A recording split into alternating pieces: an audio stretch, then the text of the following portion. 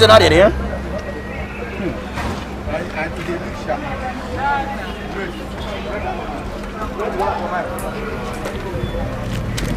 Those are home for walking now. Big bag Baba, you want to go now, but what was your car? But when I arrive at the dinner, we will put a quota. We have brought up back that will generate a sound. Brother, I want to cook the one more easy. Why was it running over the bois? I want to matter what to do. Go in a way more. Oh, one did you are looking. I don't so don't believe I la ho. No, anyone that way going to act like my apple. You're me, you go on.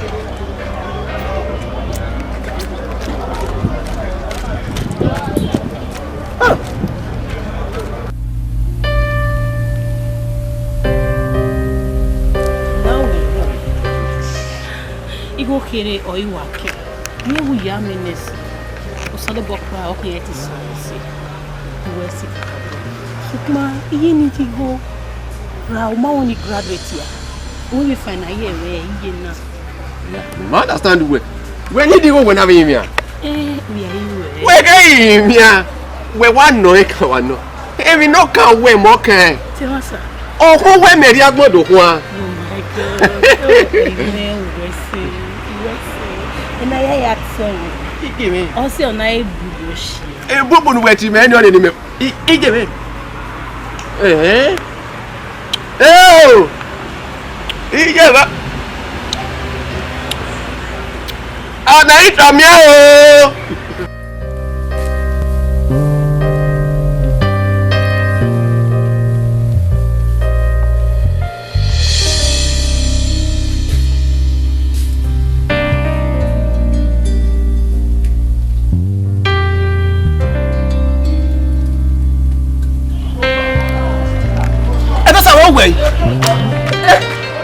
Ni make gwalu wele luwe ki odoni asimami o kuduare wo wa mu mogemu nu ya nwe tuke no pack ore.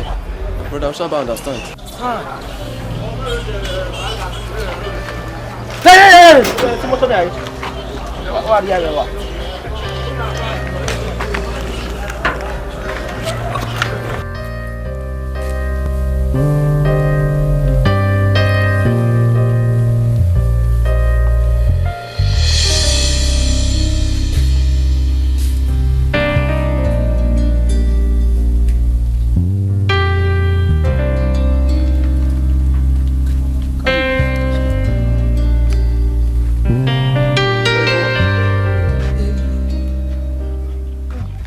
What was it?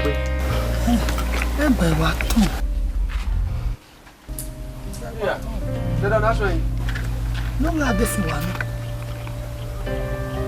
We want to watch a 15 hour bag.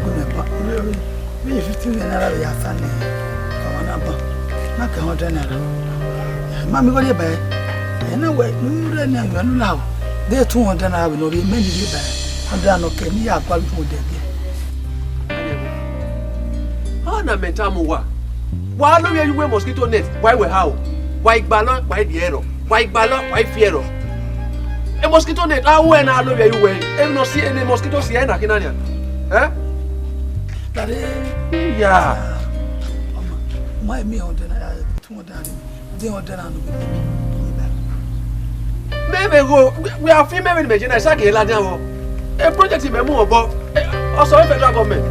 Oh, and Larry, they're 15 and even Moshe me be your gbe ah e do sana ti e ru ja ah e gbe ni oyin e no ta oni ma oku egbe e ma e wo no je ma so no so won ma they told me go e o hana that is the project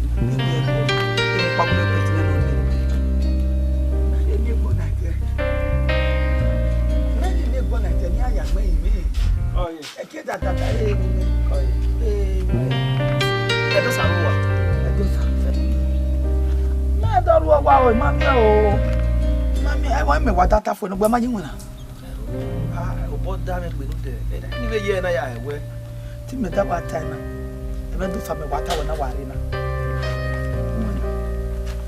Edosa, Ejimuna.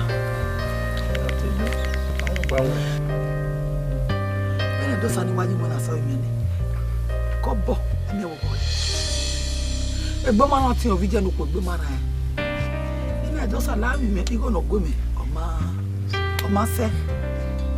Náà láwọn náà gbádùn ìkókò lédè báyìí yà á dẹ̀ yà á dúkú. Edosa wí kọ́ bọ̀ ẹ̀gbọ́n kúlíkúlí. Ọwọ́ àfihàn ọ̀gbìn yẹn lé sàkè. Ọwọ́ mi nìṣẹ́ wá ayé èrè àti ọgbẹ́ bí kò. Ìmẹ́rin Edosa yìí kò wú. Mẹ́rin Edosa yìí kò wú.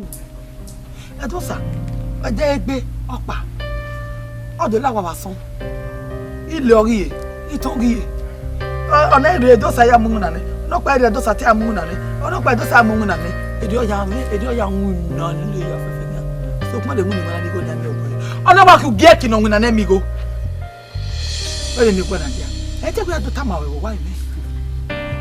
ọ̀dọ́gẹ́ wọn tà lọ́rọ̀ kúgbà kẹ́kẹ́ ẹ̀ mẹ́rin á ní ẹgbẹ́ wa mo boji go ya o mu da mami o gba nwina sai to de okuno ma ye gbe ni ha o be so we ba no ro le ye ti yi me ya ni rai oge amamo wa won gbe so ma ke zo bo wa won piota sise o ha be do atu me me ta to be do aze ne ni go nu wa wa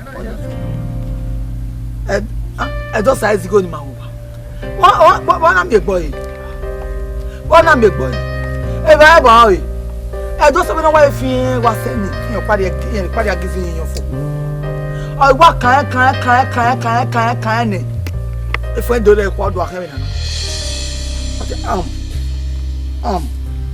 Dosa ba we na ni aga di go alatan epo we e lo ko mi ana mi dare mi lo sa iya yi re e to wa Libya wa ni Libya ni ka me Dosa na ga je Libya ọmọ no polo iyan wo ori Libya o te sagades iyan wo odo yi fi odo ara we na odo ka o wa ka ama ewi yen gbe karo e oni yen lo ka wa ye fi ko wa pa na so ko ma we o te wa se ba e o wa mo o e me ni ara pokuta ye po se ai we gbe mi kun e wa bon won gume ka ma e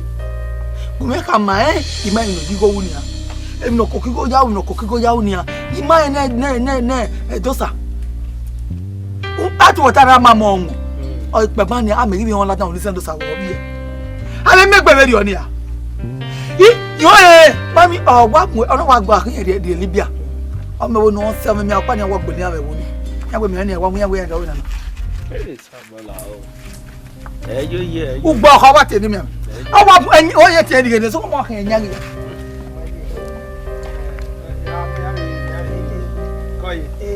la kamende je Libya so ku boko mo wa gberu mi no wa mu ya ni nya do na o wa ki enya giya enya ma ti ke Dosa ni wona de na ni aye o sa ba me brother amajore de aye iwe gele so do me no wo wa mo galo o ka ma meseri ogwe o wa nu weje o tuwe no ku ni kire na ahun mi na no we bu ko ma mi la ja ha e o je ni we gbe no we Dosa o we mi boji we ya wa ha ra tu iya si gba kan e be gbagbe wo do de wa pa me we a be gba kan wa ni e o gba si wo na ri wo yin na ri la ja e ma ya fe ni mu na ni mu ho la wa ya la ja ya mu ge sipe ya ni ha ma se gba ke wa me brother ni ata ma we na e ki ho pa won ki e va won ime ti wa ni ime nya na wi ta mo bi ta mo ko so ko pa ze wo sin ma hin o ki ime ka mo we na o si ma ni ke Jennifer no you we be no yo se ni Jennifer o mo mi la mo mi o ni ari e wa do la ma me go don gbe e ko we po wo don gbe e ba be se yi ni a ige school Jennifer mo zo ira a la moto o a di private school o a de be o emi no wa kan Jennifer na be school mo menana Edosa i uwe gogo yo fi enu yina wo wa ti dozu ara ruda me ho seri ogwe iwo na ya hasa no wa no rogwe be no yo seri ye we iko kiri oro do me wo he ne we conductor we hin de ne kuma le so obo na si my we ko be egu baro la dia abe ya si ekuku ha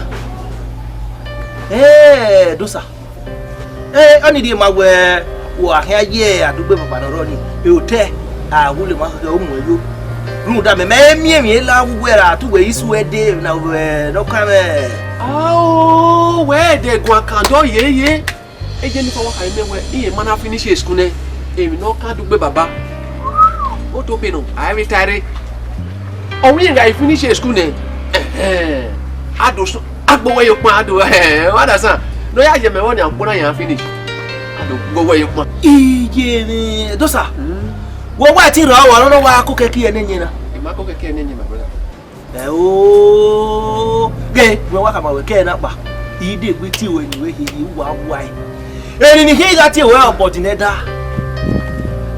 o ya ka yo bi ano ma se o bi abe gbe ba yin na no hu ano me no ye no ri ko la jan wo wi ye gbe fi o wo arigbo o ya mu mi ati adege epa mi omu adodo mu gbe ari huai osmi amu gi anyenya kan yo yin si e da fo be ko la wa ko we gbe be kan ukun Obodineda o ni me pardon me wa we like ni ni aga ko ni Obodineda we wa we le ma hen we kede na na pa eni we ri we nu sa o pe ne won ko o ri we nu we wa yo ni la o pe ne won ko e de we gbe pe nu we kai ba ye wa we ri o pia we la ya be yudi ye we bere o ti ni me se we ade te emi ko mu dai wa be nu we di pa se na ni a wo mo ko o pe ne won ko o we bi ni ma so we ke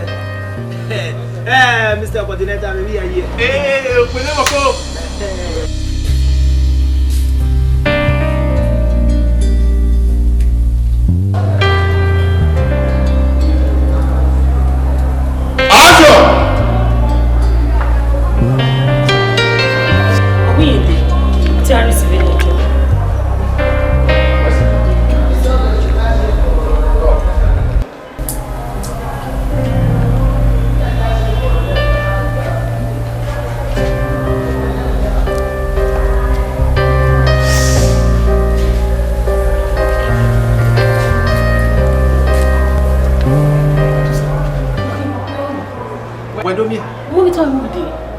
This on object no you name no pa eno sa can kono na bila city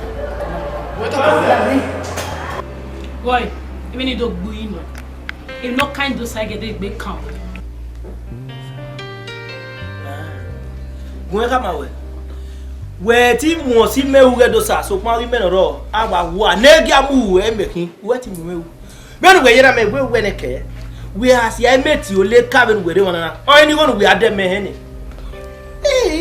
go wow no mo pa be go ke ni tama I knew ni tama do san ni tama even ya fe ni tama de ya fe ni boy tama me ya e de no de gbe bu mi ade wo bu o de emi a o were wona to ki an le me o gbe mi ro pa o gbe nothing we ka ma we o re do san lo ni ohun we tu mi ohun yen o tu mi o de wo ubere boni ni osa ya mo melu ye kezara ewe ba kin aje do ele ni ma ko lo so yo sa ile osu eke ezara su aje do yen what ya mo oni ogbo wo melu we tama awe mo ma e no imalu e boro pa ni ino gun useless fool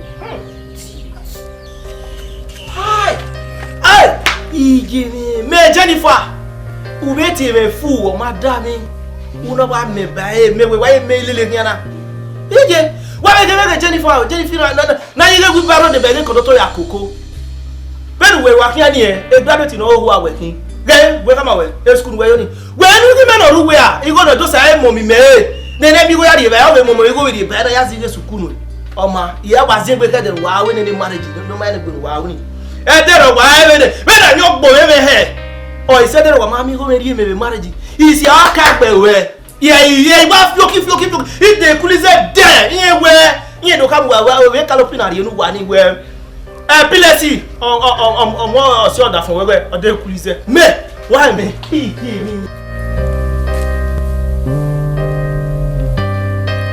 edosa we maka me we yoku we wa fi O yo kororo okay. I obi budokere ni wa mi nu edero. Mi no ya tin Omoragbon da gbo we. E wo no wa ko pa.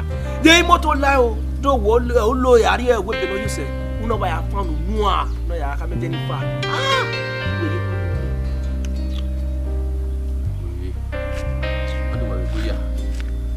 Okay, can we no can Jennifer any manga mule negbenia.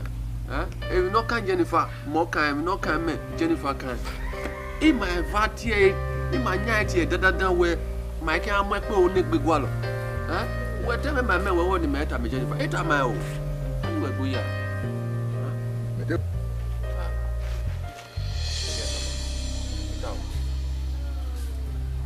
Brother, I retain a tanave made me winner. Who are you? You have a time, eh? Obodineda. We never come. Obodineda da me. I nene o hopo no mami ene gbege ti pa. E o hin pa. Ona ya azebu pa o wi me marriage pa. O wi me fu. Oni ma ka boda me sha. So kon pa no da me ro wo yo ya ni me. O hin pa. O ri me mele bi aneru nu meme ni fo. U meme ye wo. Jennifer arobi we. O meko we. Aka de nu we mo we da we. Ze wo ko ni ari yo wa. Ati we go ya. Ebe mo kan yin ya me ni we ni ya boy. Ya po wife ane ni. So kon pa no if na iti e good fu wi wa e bo me. Mi adobo be u we me na ran fa o we o asi ave dire. U ma leti de you ya o. U de fi ni re. No na wo bo de ba my brother. E no kan Jennifer, e ga bo de. Do we no we ti bo de. We bo me de Jennifer, no da we no ya ta ma me we pa ire ta ma ne. Awa ma me no ta ni ni. Me iwe gbe me budu mi hin gari ni we. No wa kan mi we be Jennifer no ro ni. E we gbe kan kan we wo ni. O ho go a da bo we ni. Sis wo ya so we no brother. Agogo do go pa. Obodineda. Wa ri gbo ri afi o bebe o. Wa gbaza. La de kan wa ke mi o fi no yes atono na wa ka. Gbogbo mi do adogo pa no ta lo pe du yo ogun e pa. Gaze ga ke mi o ya ka mi Jennifer. Dogo ya yi ta ma. Ka de me no fi ya ka. Iyo Obodineda. Are we go we.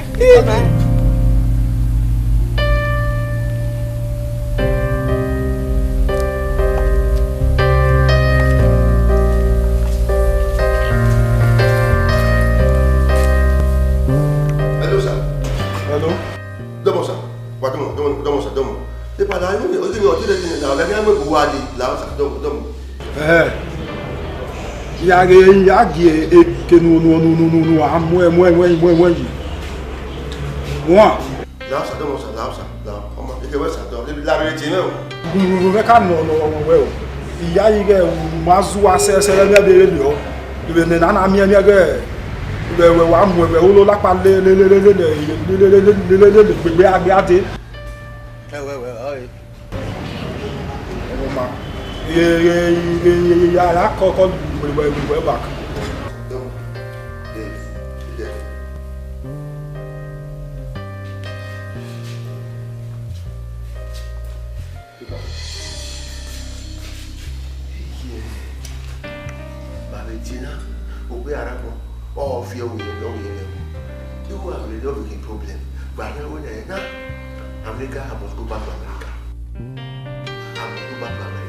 Obodineda one. Opene woko one.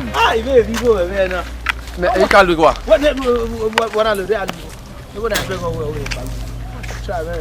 Le dayo le ya. Fight anybody. Bogi. Me dey understand the ko wa ton.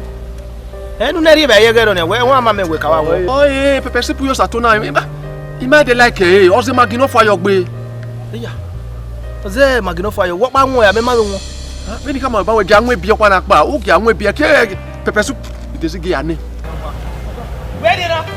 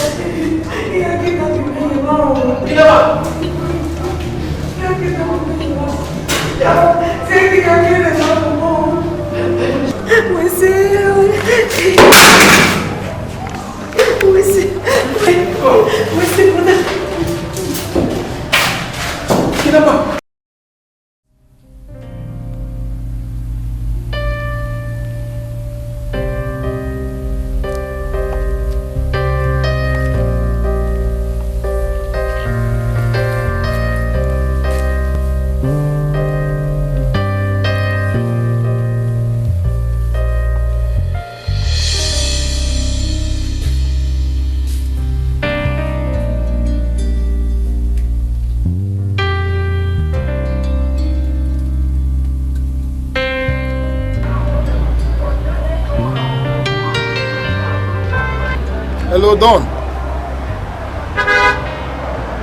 So then the girl, he go there. He go there.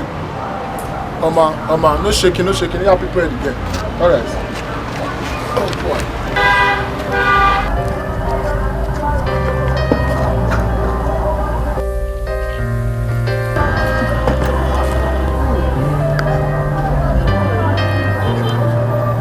Hello, Don.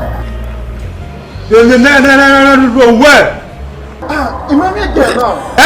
Imam again now. You mean one salad the bunny are fresh air? Around. Make him our baby, me again now. Oh man, need me move you be where ke. Wo le. Gay. Go never waka my way. Na o call ni me le be by na we no ka sie be na ge be ya call no le ta keke no mu be yi wo yi. Guy, you don't fuck my business up. What? Huh? Yeah. Me no ri ho we. Why ya gwa What? Oh God. Obodineda we ni bia. Huh? Anyo wa we dem ba na no fe do ayan gbere.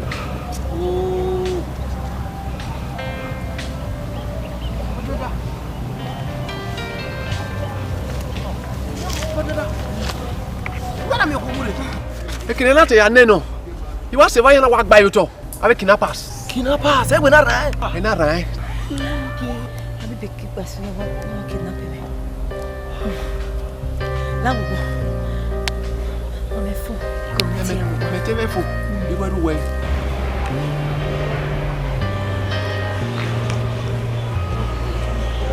Allô? Right.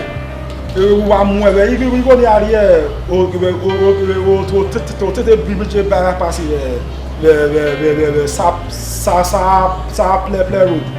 Ça veut le pas dans les clés. Ça veut dire ça. Donc, idée ou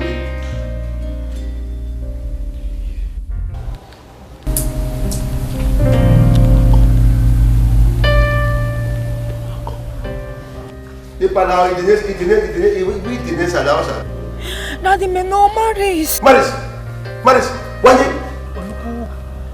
Okay, Daddy, oluku mayena. Daddy. You free where? I be kick me so you for me. You don't for me. Daddy, when you come when we go no mara pala popo. Mama. It I can go get mama. Maybe say flash and what we have. Do bonala yo do pomo. La reo yena. Pour la ki wa ku wa yena. Ba me moto.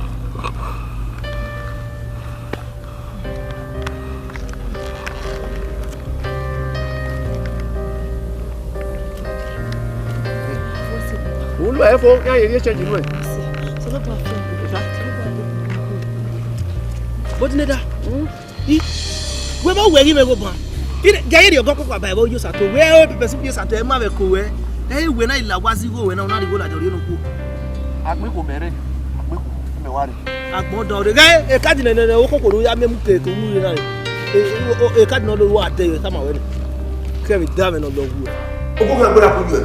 Ogo kan gbora gbon. Gaye bo me ka ko le ba ka me we afin yen. Imade yagi. Baba ya me ala ka me we police o ya fa ya mo go me jo wa. To me to show me where you play with it. Ogo kan gbo e. Where we now? Can people walk? Where we now? I don't way ma o to what go the way why am want go e. Wa gbo. Ile o lu yam wa. Abo so be o we afraid. Me ask you what face man. Opa mo kan gbo opa mi wo kan gbo awo e. Igo nya le mu wa ye.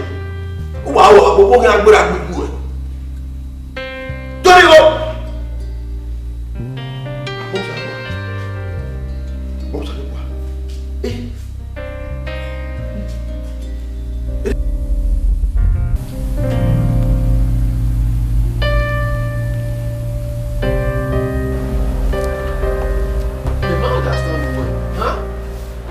No ever there you come and warn you going to case say huh you can me go ni yen pogo te ni like me go ni Iki ne mi ya no rowa. Ti fi rowa. Iki o. E form ni ya be. Iki o. Ba me we. Ah. We gbedo anego we. We na me. Wa we na me. Mother understand the way. Muja. They no ma understand. They will no ma understand. You know where? Come tama we. Ruda we na ya. Ruda we no. There ruda we. Bia ya wo. Oma kame na. Oma kame. Goy. You go no work carry. Oi, NYC shop money. Yes, you go no power no bia is. But what you only mean now? You go ya dey giyan. Ruda. Money ya transfer me ade Maduguri. Imadi NYC shop money ni ya. Here transfer me ade Maduguri. Maduguri na ya me boundary to with Cameroon and Nigeria. Yes, no Cameroon na say Cameroon. Well again now. I'm yagade Maduguri na 3-4 years I can ya me egbe. No, you only ya say NYC shop money na ni ya make na mu Mexico. So that I'm egbe here. Ore odere egbe o. We are the kind many. I want make me understand. O se enia. O kaka mame. You mu we are ya be no do. Ikwe o. Again why I need go na? As fast as possible. Well, what you need to go men now? You are digging. You go your power now. You go here giro. I demo dey. One day. That's my boo shit. That's my boo shit. Boo shit. That's my boo shit. Bia kai bai demo dey. I demo dey gbe ahwe.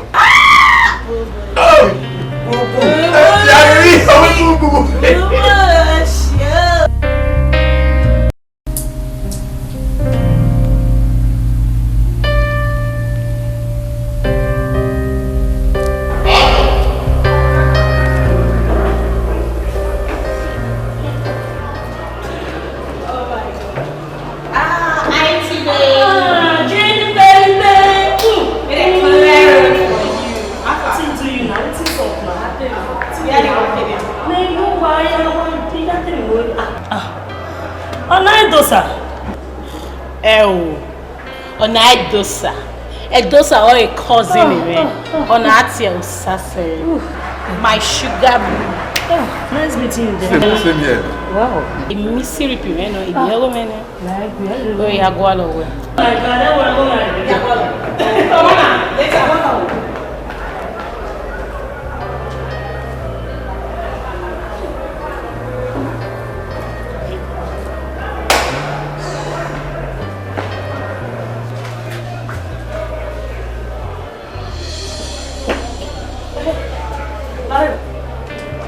Don't know what could be done. Enu ekin we do now we wa like e.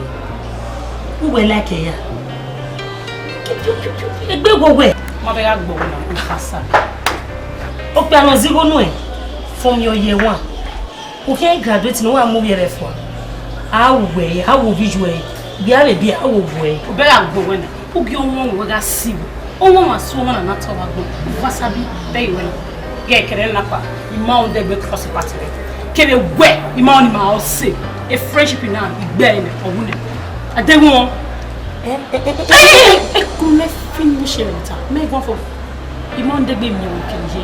Ya mi we kinje enya o we. Wa mi. Mo kiki no ta we ma. O ma wo gbe se bia be ya wo ya. Ni kelele we kin bia mi wo. Oni le. Bia mi wo. We wa le gun la gogo la. Mo e bo ka wo do we me boyfriend na ma wo me fiancé. So when you boyfriend dey wo wa je. Mama alone. I mean you discussion about you need boyfriend. I want to know you need boyfriend. Imasewe go jie si area akuna. Good. Ana mama. Emi ya no tele go. Usalobo aso. Ekpo no we na ri go ni. Egi ti o ye yi. Ekpo ni ki a fun yo. We see. Ọ̀pẹ ni ke anyway. No we make it anyway mama. Bi pajo bi jobo. We ko mama be nu aya o me gbe e. Bi da wo die na ma e. E mo si wa e. Ki wo tu wo. Ke mo ta ni. Je pa bi la. Me mo bo wa me time no time bi da o di na.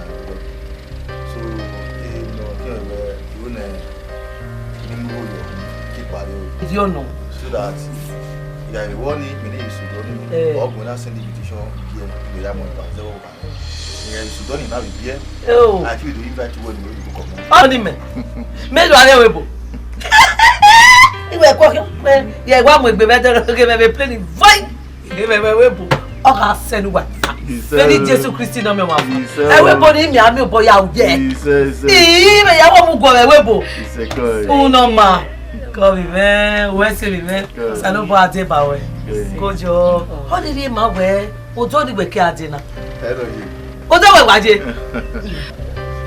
Come. Yo. Uno ma. Come man. Obo ki an. Go. Adosa. Ode. Adosa. Iye mi. Sa. Adosa ro wa. Dosa. Obodineda. Opole ko. Yeah. What's go where you are going? Walk away. Adosa. Ime when me adeba. You know when you don't come away Ugbo. Emi o koru ye gbo we kan kere ya sa me yi ere hian mo budoza la we. Ero mo budoza la wo gbo. Emi o koru sa me we gbo kan ero mo budoza la. Urulede no kwede na amagweta. Wada teme budoza. Wo ke wo no tana. Obodineda. Uwadiae na do bege. Jennifer ye wo kun piapa. O kun piapa na gbe oko. Yin eva mo gbe dede. Yin amunu susu egbenu. Eni me kam we na egbe adekon awode ogun agogogo. Iye na wa reba. Oyin me ko egbe. Jennifer ye o kun pia ni bu iye adegbe odo ni awon me. Ena. Ina woni bu ade du me mo yo no sege ya wo. Ofone. Ino we ofone a. Roda me kan wo ga ade mi ana. Ebe Jennifer, o ga epu o. We. Ko to ade no we ma we unu we ja obegi my va. Ebe Jennifer ga epu o. Be no ogbori ana, edu ogbori ave. Wa ebe Jennifer we no o ga dam yeke. Wo waru le de pepepepe. O ga to resi no ro. Una mi o resi, wo de dota. Ebe ta wa hon unu. We. Wa mi o. When I when me we get near work on ari yo wa no. Ope nu ke talele. Why ban? E mi pa no nu ma talele ge ni. Go e kama we. Gbene won very soon. Why is on it? Unu nu we ya ma wa lele ge ni. Ami o ma na zo ne we we me. Be bona, wa zo ne ge ni. Obodineda. Obodineda. Wo ti does wa ya gbon mi na. O ke we rulede he moto ba me ko de rulede ya do iwe gbe ni do kama o se megwe emi kono ko ere mo budoza la e una kama megwe eri wa be Jennifer me awe mo ma ge enu wa te bon wa so wa u ya kama me meta ona ewe e ka megwe me ni no sa do kama we ka megwe me ni no sa o do kama onu da a we bi fa so o pe ne mo ko akiyan u to ke pe akiyan a mi be si nu e me da do ata u gba o ba gbo. Oh, okay, go waru lede. Wo me to resi. Wa bi o ke me te ado wuju ye. Emi o gbe gbe ni Jennifer. Wa yo ye be re. O pe ne mo ko. O we me do so de pe me no. We, wa mi o. Emi Jennifer ra po. Obodineda. Mo ya re akeni. Awo ma. Say dia ro dem ni o ti wa ja yewe ri o roda ime ni na we opo ni me ari yo wa e ke sa ba yen egbu ni me ri o ibe lowe yo lowe re be ge na we e do we ahun wa mo pa bo yen ya se nu ye ni do no de bata no ya we wa ri me o we me gugun a we wa me e bata Ematano. Edosa. I went one nigga menu during my 100 level days. And the video. Who we get no my take bina. Gualo ju gualeri. Imamio. Gualo le kalodo. Iman mini na we. And na woma. Duwe wo when you wo me. Bunda. Agatiwa mu bise marimu. Akanengu na ri begio. Meaning, you might understand. Any I how you wear. Do when you do it. Imagine my year relationship in now. Imagine the day. Mother, Oma clear. Oye piri. Ana Jennifer. Yeah. Me wo na muda ima. It risk no kwa no me. Runda. Opiani hia omega irido me we na. Wo hia hia. E hia la ke. Akebe we. No di ma no ma o me. No teme mama ebe. Do ari wo. Ai Jennifer ku me bona. Edosa, do ari wo. Ikpa. Ahia. Oma. Uma na onu yo wa mutia. Wa mudalo lo ibum de ya wo we na tota. Jennifer.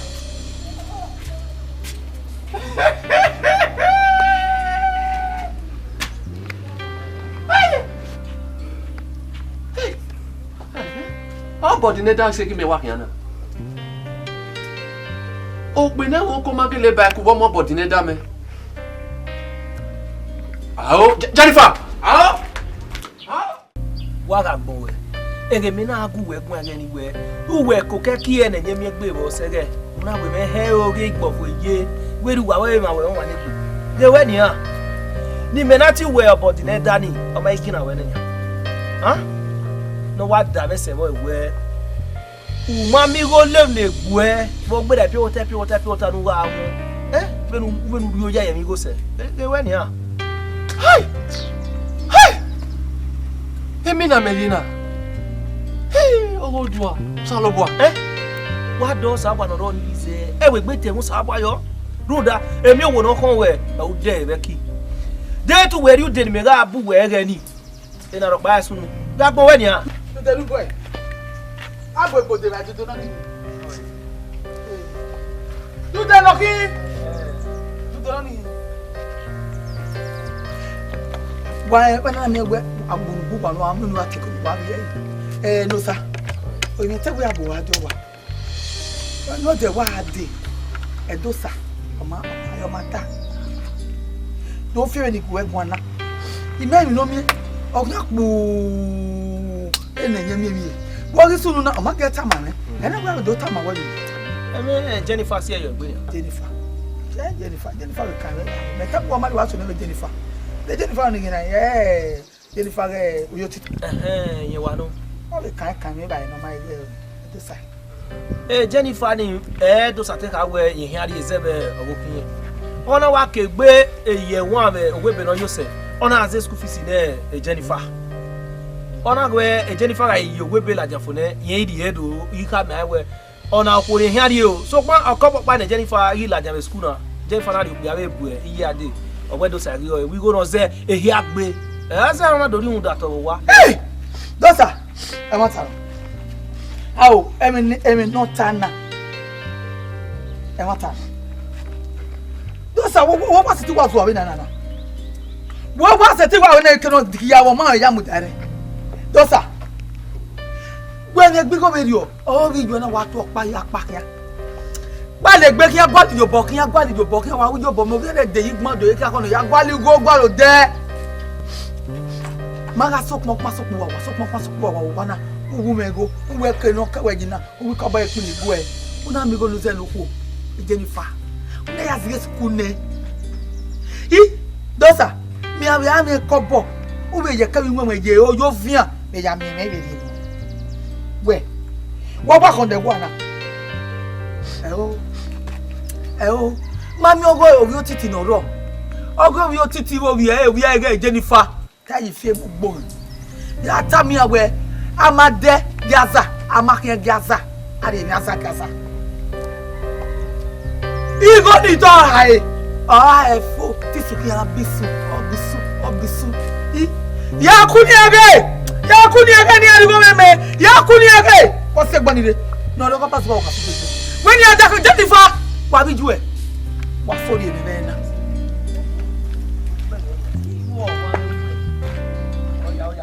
ajo abenara o amo eto abenara o titi wo bi e o Jennifer bi je o I'm more my toe. I went around. I tell you, Father, where was Yale? Yale, tell me about the tea. Tell me about the tea. Tu boy. Who lay? So, Paladia. You went to Tamamu. I went a guy. Waka mo were Jennifer. No one no boy here. Oh, I don't know what you're about.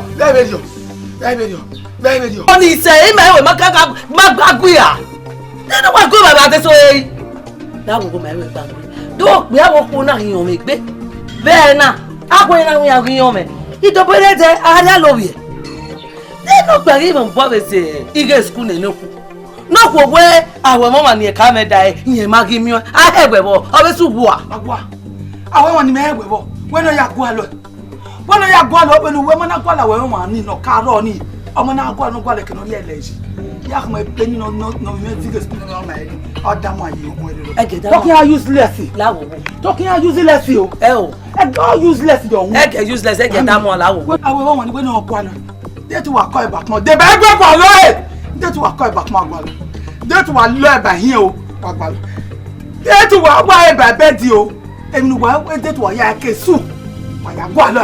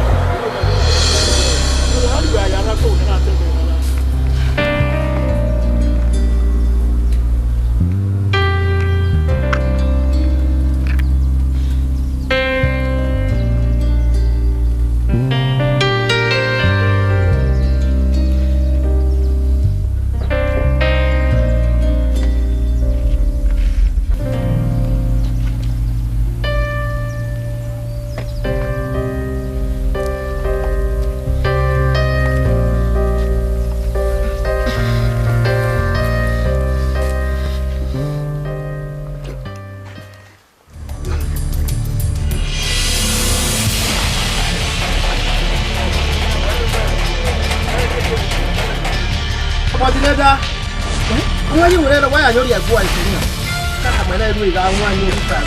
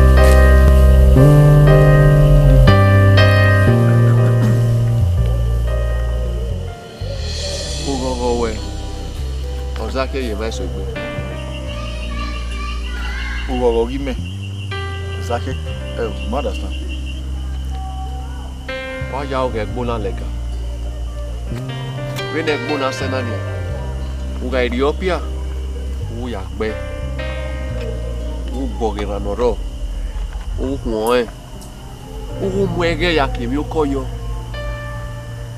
Oisegen Waya Remio Koni, I don't quite want La Diamokiako. Oya Remio Koni, Yaka Yevi Uwe. Owani, or I didn't even call you, Imo Likemeu. timie ibira runda o wa di ma agu yi mo e pin ni gboma ya mfo wata egbunyi beberio o wenyi dama ni na wa ono gogo aro ke be bueno fumi gbe agwo mani wo kire wo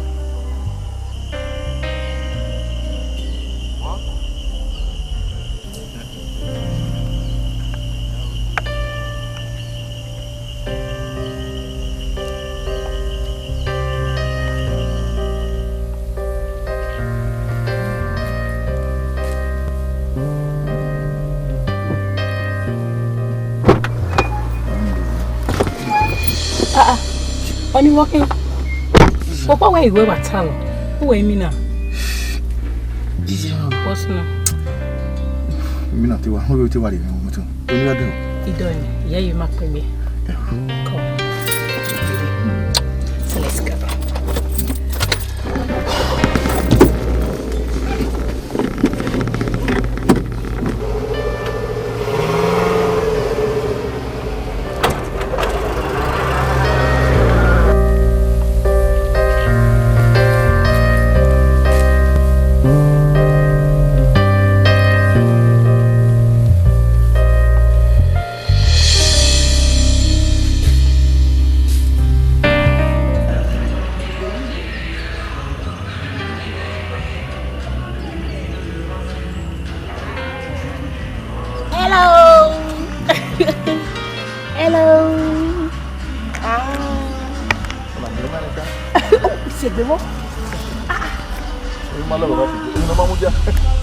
Jennifer. Edosa. Jennifer. Woman. Anyway, ja. Jennifer, e ka so go. E ka se omuri ako. We ma my day. Come say again, I'll be right back. 1 minute.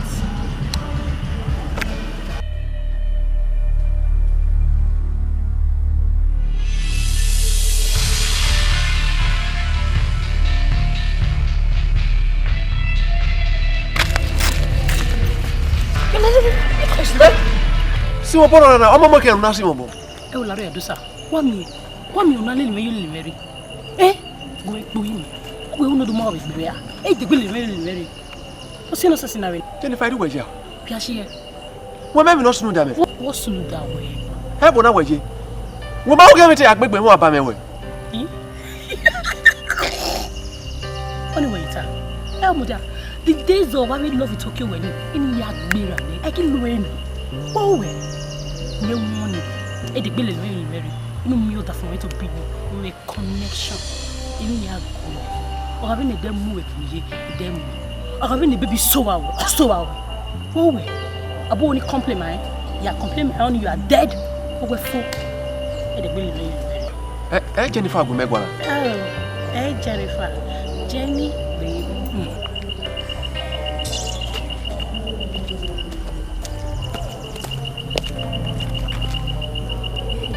Ah, my baby. Nani, Ali ki wo me gwa lo. He, a boy. He do satie. A childhood friend of mine. Igbe wa.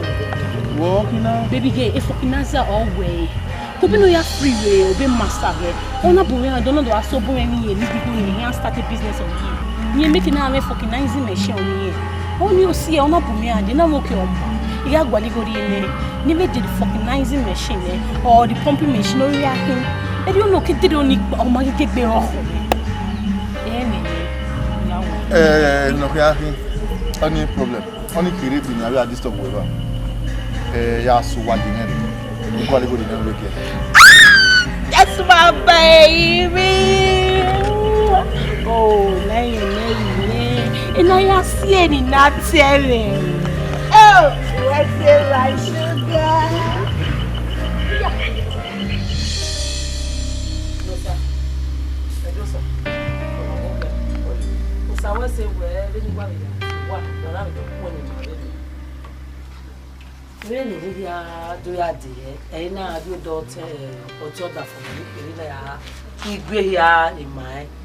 o si no na re mana na we emma na ga re mana we have it you o ti o da for me kini ni na pe aboken ya do ma be no e kai o ko tene o bu e ko nu ya zi go le e school nu ya zi ke mi ya ne la wo ka we na da be gere ge vie Uwadiae mi e we ji we no pe agbe ru agbe so ko pa no to wa mo bize amagi mu ni na ni bi jo wa What you take Malaz of you where you ya fair load. Here I think 2 no. I will not calculate. You go more a gal. I'm an idiot. You will allow. Umi my there will swing go. Lune Lao. My only one bolo. Lao.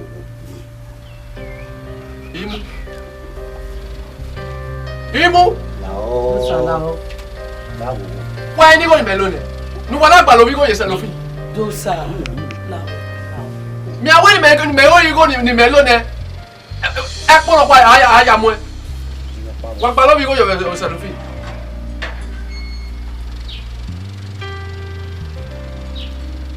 Uwadiae wa me gbe go na wa Uwadiae me mega asi go ni igo never school. Wa me gbe go na wa Uwadiae me mezene ni go. Do sa. Ha? I me had that.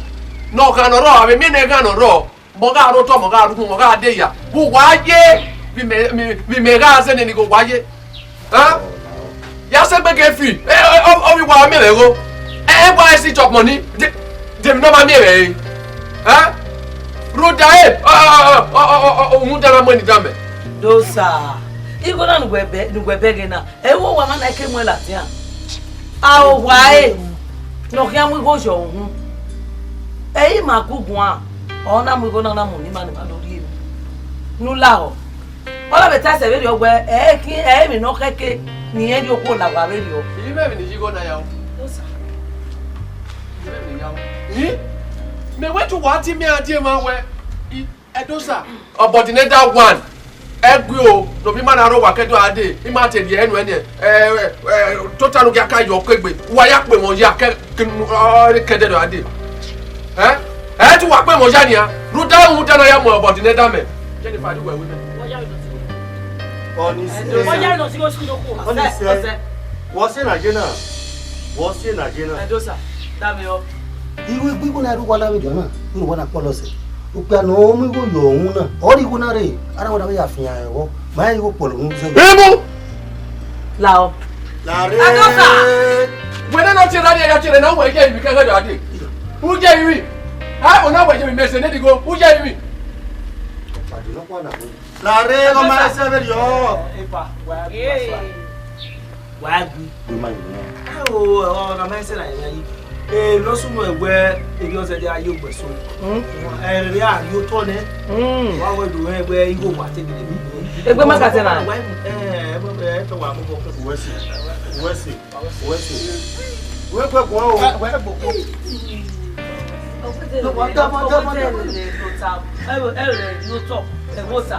Egbe ma te ka o. Arwa. Oye, me no sano.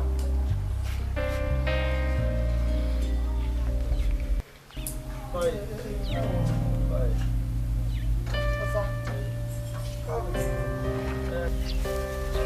Igo ne Obodineda zene Jennifer school. Jennifer we titi. Igo no mele ne. Why am you? Iya iti mama avanaba. Yana we ni ado sento dosa. So mama say ona amu yo mu re osukwa o. Ohun ye mu igo we yen setting igo ade awe nwa ni eme na. Ona wa mo gba. Me ge ha mu igo la wa emene mi e mo na we. De me no igo na we yi ami ilo. Wese me to amma. Wa kan mu. Ma bega e dosa eme nwa Obodineda gele wa no fie. Eme nwa. Abo do mu igo nu lo no ko. Wu mu igo ogo no wi yen won. Wese why to money di go na very meje o se me yasun o ko se me di ba go yasun idweki e kiri me mate do ya fefe o no na me yasun ya badika do i go no de man bi i go no mele ne ana we na yasun na ya bo eki o ke ma so No. Where's me? Jennifer. Or you gonna with the bill? Or my little going to give out. Well, little Edina. I will give it man. He said, I forward them every miss out town. Say you. Hey, Jennifer. Oh, where? Who are you from when I say you want me? Oi, you are baby. I'm my man. Where? Where will be no call the thought of you? Where? And the guy I will do.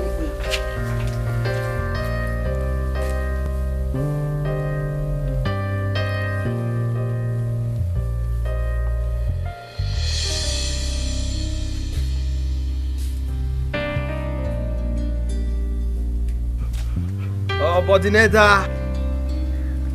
Obodineda. Yeah. Oh. We are not going.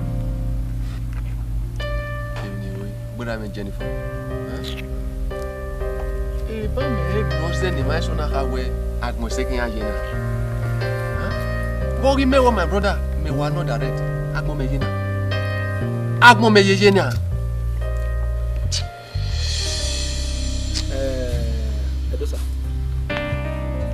Say we don't know ya neck where it happened. But why you can no day, Jennifer. Oh, who no man do a year. Anyway, you get good come out. You are not going to go again. Oh, you been why me go no cocoa. Oh, where who ya gualim no ma. I'm going to my papa. You go to cocoa. We had no guy care. Neno hope ya Jennifer Lelina. No, do you go no queer or you Jennifer? Hey, equal a minute of you will be you go halfway. Hey, we will no time wow, you were a Jennifer Maona. Okay, can you go in on man? You will come in now. What? Eh, or some part of the area. Or come and say your way to your car. Or where a big map on the river, a driver, private driver. In a way, or some paro. Where Obodineda? Obodineda one. In a way, interview a driver by row. No, where are you? One of a lero. So, I will buy him when I never saw a boy. Who care bar, never pay a salary. Why are you selling the Pabania? Keep it by African. We are sending Coco. Where are you? Yeah, Jennifer. You would take away. I go up with a big water little way. Or Saba, what always a funny outside. What is he go in the salary? Uwadiae boss of panic broker, where many your Obodineda international one. I will arrive here. You are very every time you know what here. Oh, say my brother. You may young away. If I will do 10 months more. Remember, we go and see you here. Come here, where do you know? What about Obodineda? We are coming on, no. Oh, I so don't work a man in anyway, any bunami.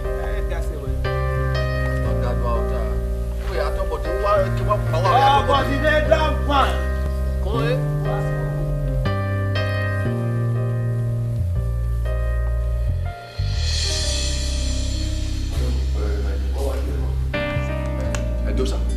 Edosa. That's good of you. What about you? Papa. You know, boy, you did that. How many years experience we have? 6 years. Yeah, 6 years. What but don't bother anywhere can I drive. We will know already and open our movie. So whatever she said, we but you were the woman who was missing the Uwadiae where we say I drive in the Rita and the then you will hear so she will be your madam. But you also the so when I on a test where who I drive where woman who have you fear it and here we go. So that will cheer. Okay, mouth. Hey, Maris! Daddy!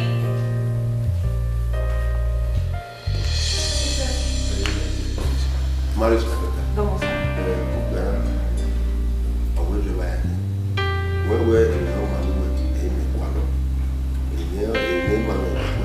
want to feel happy always. So, you don't never know how you money. My mommy.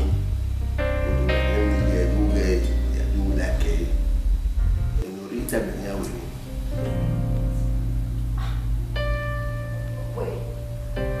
Oh, we're my free for complete video video. Where? Ni abalo ito. Daddy, when I am free, they kidnap us to damage. Yeah, it saved my life. You made me fun. Emma, na uwa. Era na. Emma, we ma. Daddy, I think I like him. I already approved him. Are you sure? Yes, we know to drive you, eh? You wanna? Oh, my Siwano. Mama, c'est mon frère, elle est là.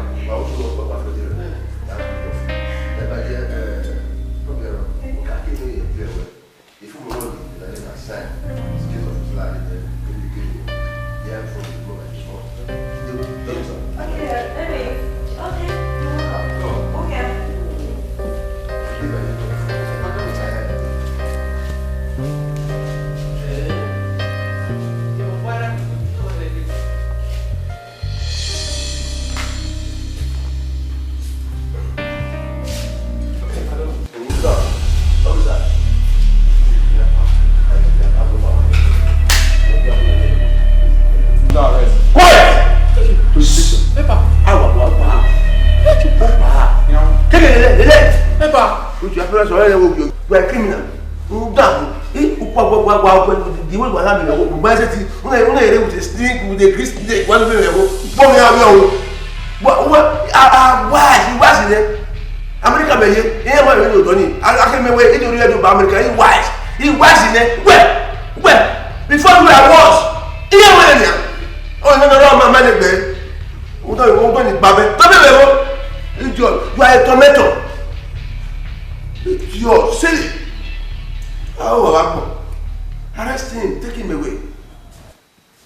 Waka, police on moi, those are the young women Kidnapping! Kidnapping.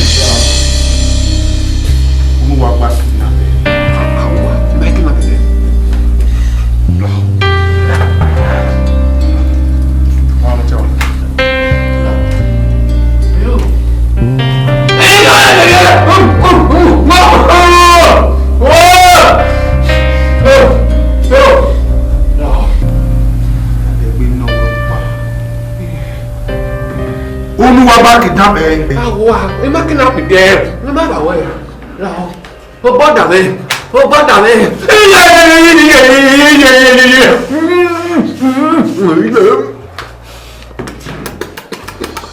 Quiet! Yes, sir. Yes, sir. Yes, sir. Mama, tell me.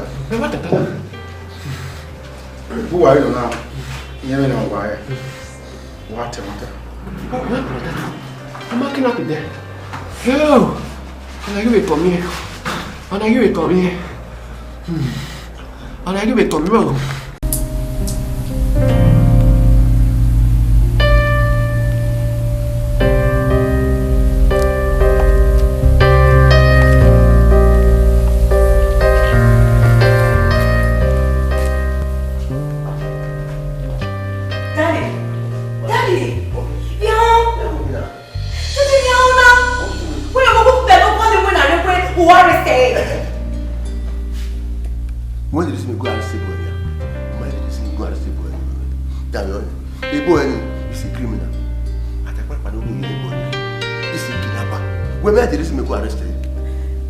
This is not fair. Wait, man, I mean, I'm going to say, maybe I detected a born is a criminal. Who that boy got attacked by the born. We may get a who will be a man by a boy in a bathroom wet. No, make a level with me. Oh, yeah, look how where it's a you make an employee or where all the value damage. I mean, you make a high hook out or the value when you go into moon here with me. Or to view my affair warfare for them, then you have to look up, you go need to pour in with me. That's why I use my American experience. That was the dead criminal. Or you have arrested boy. Daddy, this your American sense is not working. How did you know? Oh, man, when I hear Daddy, you just hear it, not bear or Hanuka, mammy. Una come away again, una drive your vehicle. I'm Robertson and I fear rock power there. Yes. You know when you go no money, no West Hospital. So, Barclays Hospital money now. Yeah. But you were jailed for 2 years. No, then you know now, Obama ever. Daddy, a big man, or see another me way, a nice to me, I only had a yobono. Daddy, this man should be appreciated. He's innocent. Well, back. The boy had no one or your boy, eh, where are the people mad to one, eh, by who had to say at the end all confess. Remember by you, man. Get out of money. Daddy, when we go, who ya could echo it? We are free boy living cheap. Release him. Who wanna release him? And then I like courts. We are so sad, boy. Maris, I will definitely testify against you. Maris. Yeah. Maris. How many maybe? Who testify against me? That will make you Maris. From our goodness to you, from our kindness. Even here everywhere. They also said, Maris.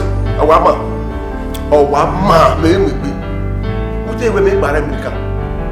But it's so right, man. Then we marry him when we marry. What be tomato? You are a tomato. I realize your mistake. When you have a man already, who's Uwadiae? Edosa.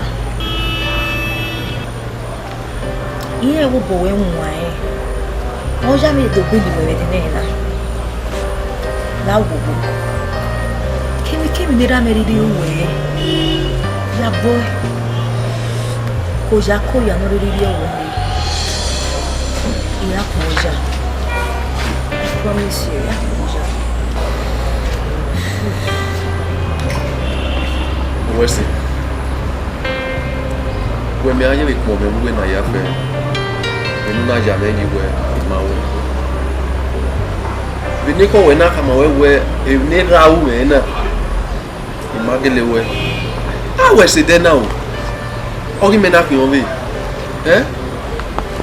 E ho be ya me kidnapping. E ma ba we. We me na fi on we na. O ye na wa di me na asiere ye no market ki. Bia ri u. No dey ri yo bonu.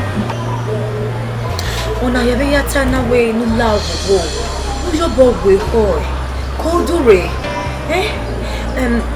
Edosa, lawo wo. Please find a place in your heart to forgive my dad, okay? Now. We are born.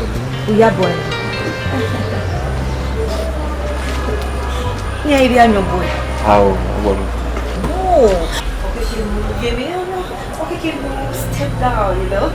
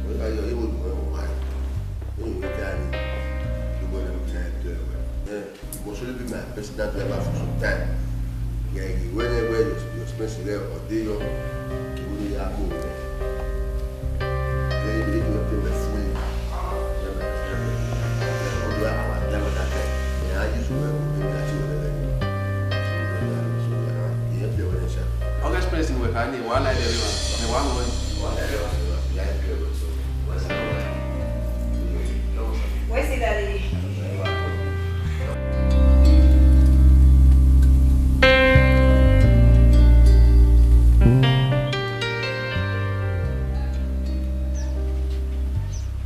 Jennifer.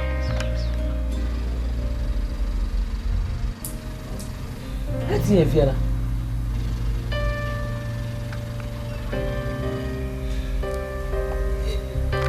Jennifer. Oh boy. What me? What's on we? Huh? Koi. Mommy, what go for that boy? Huh? I said no. Oh, when the rain in by your weary. Who went for? What was on? Imayo. Oh, my company why I like that be here. Maybe you know one fever here. Oh, only you one younger. You fanny a coach or me must here. Oh, we will come back into Nanny and me and get big in here. Hello, Tina. Honestly, honestly. Oh, mom, we're bad luck. You won't take it. Hey, where were you? Hey, where were you? You won't buy a bow. Honestly. You won't buy a bow. Jay, buy. Honestly. Oh, say, get give here. Ah. Those are no more than those are no more. We go, those are not if one. Not if one. Or taking up what on a clean yet. Or be then a clean up. While the school young is good of what? A school and ask to go LDH. You. Ogimania, a comenati upon it. Maybe my dinner. Huh?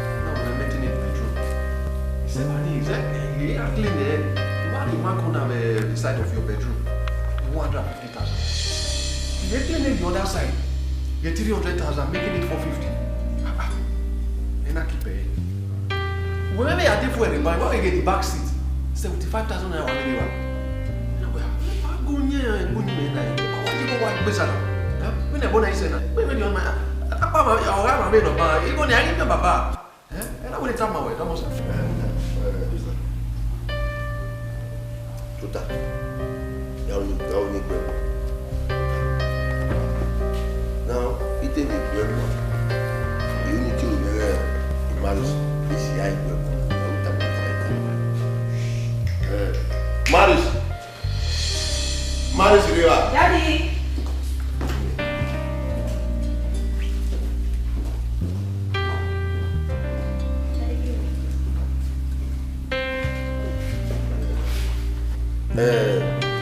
Scusa, serve un halal un tama ba. Iwo ni we kai ba. Ti me ayi kutu ayi me duwa. Ti a try. Ti ga un to.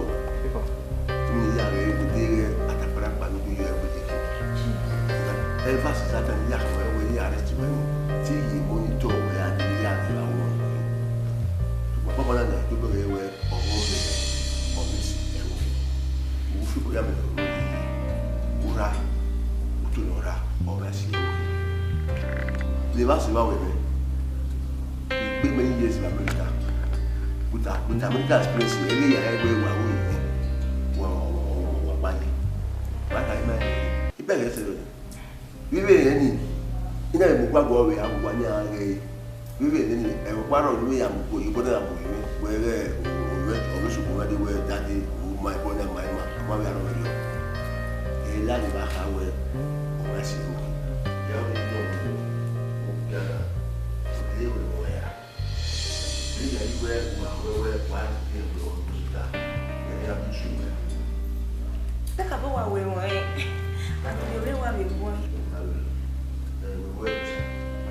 you make a baby by a America. Maybe America they waiting up for any one. If you have to be with them, we will not be all your shit that Babu where could really. Or this you want to here we will do office you do anywhere or do around where I need to that a wookie. So,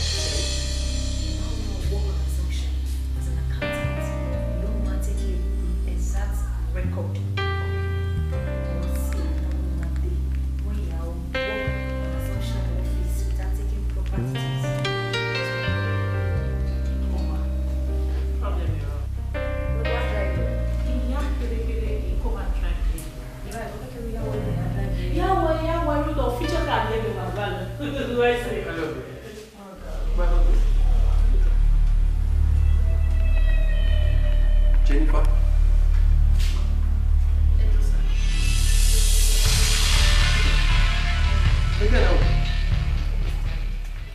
Interview me, you're qualified as the accountant,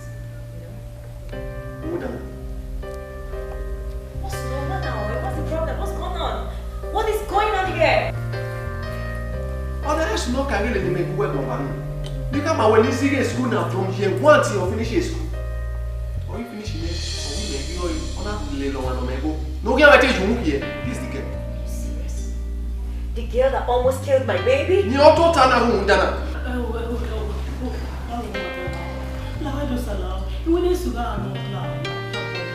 Well, very book soon washes so I can know you went back.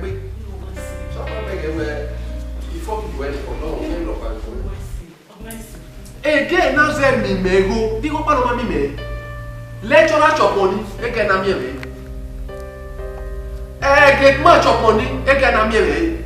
NYSC chop money allowance, dem normal kunu again na re. Unu again na me na me we, am me hostel chop money, hostel allowance. No you want that say one day man na do baba. O yi say ga ya do baba, mu dan na wo dey gbe.